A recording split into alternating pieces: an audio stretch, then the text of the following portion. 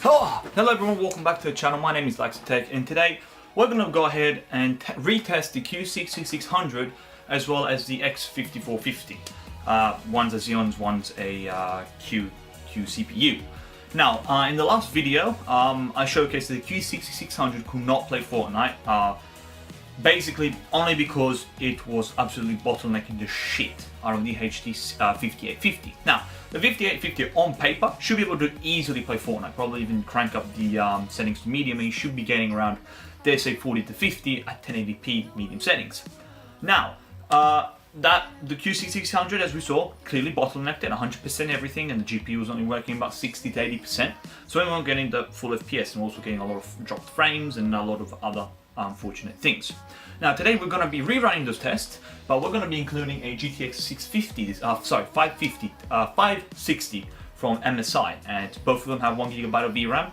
And it's going to be interesting because according to Mr. Sammy, GTX cards and Intel CPUs are more tiered towards Fortnite. Fortnite prefers pretty much anti-everything except AMD.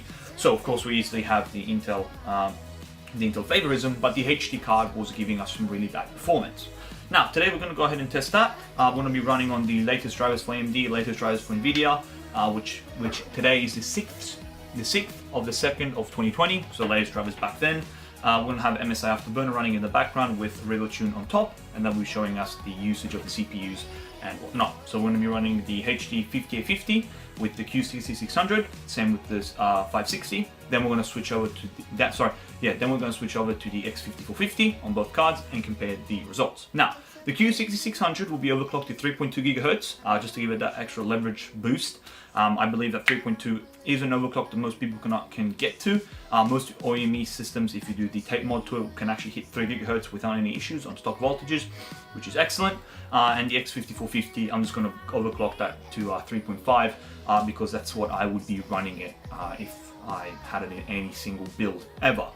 So without further ado, roll the intro. We'll head straight away into the benchmarks, and then we will come back to here and I'll have a talk to you guys about the results. So without further ado, let's roll over to the screen and show you if the... Let it go, let it go. Hey, you have nerve, you have nerve, Бля, у меня голос охрип.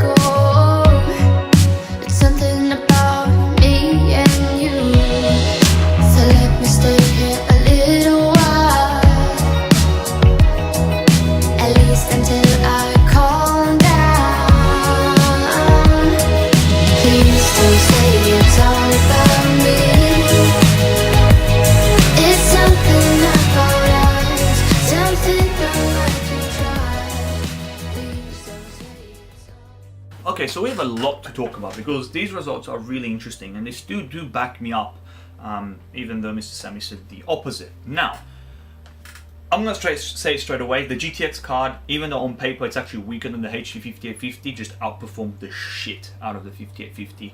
I don't know whether it is the 3-year-old drivers compared to the Nvidia's like 2 days ago driver. They released the driver like 2 days ago. I don't know whether it's Fortnite really preferring GTX cards. But the HD 5850's got some really bad 1% and 0.1% low, which is really bad, because on both setups with the X5450 and the Q6600, both CPUs overclocked, we got 0.1% of under 2 FPS. With the Q6600 we actually got better 0.1s, but that's really not much. We got like a 0.5 better, 0.1% lows. 1% lows were actually a bit better on the Q6600, but probably that's because I had played a couple matches before that, before actually testing it. but I would dare say that's the average performance I was getting. With the X5450, we got a 1% low of 9.1. Again, not bad, but that you could definitely feel the stutters. In fact, that correlates directly with the minimum frame rate. With the Q6600, we got a 22.8 FPS, while with the 5850, we did get with the X5450, we got another minimum frame rate of 15.9, so essentially 16 FPS. So those dips were really noticeable, especially when you're going into gunfights and all particles flying everywhere. The thing just conked out. The good thing was that the averages were above 50, so it was actually playable. Of course, with the X5450, we were getting above 60. With the Q6600, we would be limited. I could see that the GPU was not working at 100%, whilst with the X5450 was leveraging around 97 to 100%, which was good to see. Now, switching over to a GTX card, we can see that our average frame rates of both are, well, with the Q6600, it was actually better by 3 FPS. So that's good, we're getting a slightly smoother experience, not really noticeable, but better. And with the X5450, we were getting above 60 FPS, which was excellent, especially since we did get a boost of about 1.5 FPS better than with the HD 5850. And it's surprising because the 5850 is on paper slower, about 50% slower according to user benchmarks than the GTX 650. And the worst benchmark for the 5850 was 1% better than the best benchmark for GTX 650. So unless I've got a golden card here, which maybe I do, I'm going to go ahead and test both these in user benchmark and actually just see if I could append it to the end of the video just to see. But yeah, the GTX 650 did really just destroyed the HD5850 in legit everything. The 0.1% were like 10 times better. We were legit getting a 0.1% of 10 FPS, and the 1% lows were indeed 20 FPS higher. So this is comparing the X5450. The Q6600 did fare like. Now we're gonna switch over to the Q6600. Fuck this name, Q6600. It did fare decently well. But you can see it is an older nanometer, and you can see it does indeed struggle. The 0.1% were pretty much worse than the X5450. Even the X5450 with a slightly better overclock, you could just see that it was performing better. Now mind you, the Q6600 was indeed clocked 200 MHz slower, so it could make up. But at the end of the day, you can clearly see that the Q6600 is indeed slowly losing its step. As you can see with the average FPS, it's getting beaten by, with the GTX card, it's getting beaten by about a good solid 8 FPS. You can see a difference. I couldn't really see it. I mean, 57 and 63, you can't really, but the aim is always to get above 60 at everything. Even minimum frame rates, we were getting about another 10 FPS better on the minimum frame rate, and the maximum, of course, we just got extra 2 FPS. That's really just the GPU getting leveraged. So moral of the story, the Q6600 is dying. I mean, we can all admit it, the Q lineup is indeed slowly degrading. For example, with the Q lineup, we can't even play Apex Legends because we don't have the SSC 4A, not the 0.1 like I thought. It's actually SSC 4A, we're missing that instruction set, and therefore Apex doesn't want to run. Like multiple other games, developers are going to try and optimize games better and better, and they will indeed need these instruction sets. And unfortunately, unless they're willing to patch it, we're not going to get any gaming from these CPUs. While on the X5450, if I'm not wrong, it has the SSC 4A. I'm not 100% sure, but I'm positive it does have it, meaning that we can probably play Apex. And I'll be putting the CPU in a build soon. Probably clocked around 3.7 because the stock clock can indeed handle it at a lower voltage. But yeah, so moral of the story is the Q6600 is indeed dying. There's nothing to do about it. It's 10 years old. It's 10 years old, this poor CPU. Leave it alone. But if you do want to stick with the LJ775, I really do recommend the Xeons, because even here, this $20 CPU, the X5450, is still pretty damn good for what it is. So yeah, thanks for watching. Again, moral of the story, Q6600 is pretty much dead, unfortunately.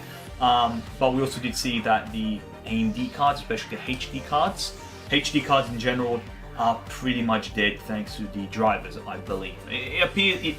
Seen by the FPS, you can clearly see that the 1% and the 0.1% are really bad on both CPUs compared to the GTX card, which is on paper weaker as well, which is funny. So yeah, it's interesting to see. and I'll be definitely keeping this in mind for future builds when it comes to low-end components. I'm definitely going to be staying away from the HD cards, especially older cards like these. But I am interested in comparing a 580 and a 6950, or BIOS flash it to 70. It'll be interesting to see what those two cards can actually output, because I've got, if I'm not wrong, got two of those cards lined up for buying tomorrow. So expect to see those on the channel, hopefully. And yeah, so I hope you guys learned something. I definitely did learn. I'm staying the fuck away from HD cards, unless we're talking higher end cards like the 78s and the 97s. What the fuck? Anyway, so yeah, thank you for watching. I hope you enjoyed it. My name's Isaac, and I'll catch you in the next one. See ya, guys. Oh, how much should I talk for?